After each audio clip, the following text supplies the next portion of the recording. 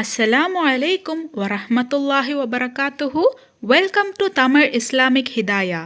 இன்னைக்கு நம்ம வீடியோல இரவு நேரத்துல செய்ய வேண்டிய 3 விஷயங்களை பத்தி தான் பார்க்க போறோம்.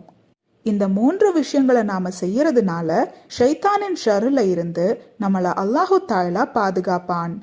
பல நேரங்களிலும் பலருக்கும் ஷைத்தானோட ஷர்னால பல்வேறு பாதிப்புகள் ஏற்படுது.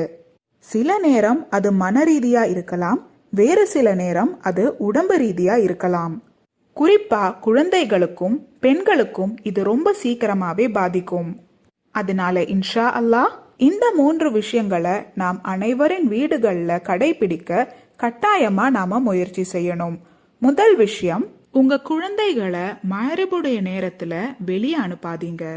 ஏன்னா இந்த நேரத்துல ஷைத்தானோட ஷர்ரு குழந்தைகள் மேல உடனடியா தாக்கக்கூடிய ஆற்றல் இருக்கு. மஹ்ரிபுடைய நேரம் முடிந்து ஒரு சில மணி நேரங்களுக்கு அப்புறமா நம்ம வெளியே போகிறதுல எந்த ஒரு பிரச்சனையும் கிடையாது.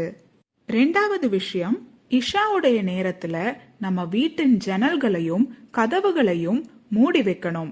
நீங்க மூடும்போது பிஸ்மில்லாஹி தவக்கல்து அலல்லா என்கின்ற இந்த ஒரு துவாவை ஓதி நீங்க கதவுகளையும் உங்களோட ஜன்னல்களையும் சாத்தி வைங்க.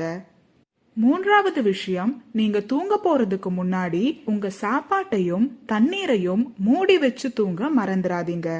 இன்ஷா அல்லாஹ் இந்த 3 விஷயங்களை நீங்க கடைபிடிச்சீங்கன்னா நிச்சயமா அல்லாஹு தாலா உங்களை ஷைத்தானின் அனைத்து ஷர்ரிலிருந்தும் பாதுகாப்பான்.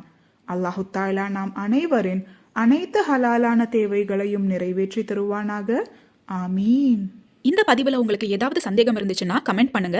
நீங்க மரணித்த பிறகும் உங்களுக்கு நன்மை வந்து சேர்ந்து கொண்டே இருக்க இன்ஷா அல்லாஹ் இந்த ஒரு வீடியோவை ஜாரியான சதகாவா நினைச்சு உங்க நண்பர்களுக்கும் ஷேர் பண்ணுங்க. அல்லாஹு தாலா நாம் அனைவரின் வாழ்க்கையிலும் ஹைரும் பர்க்கத்தும் தந்து அருள் புரிவானாக. ஆமீன்.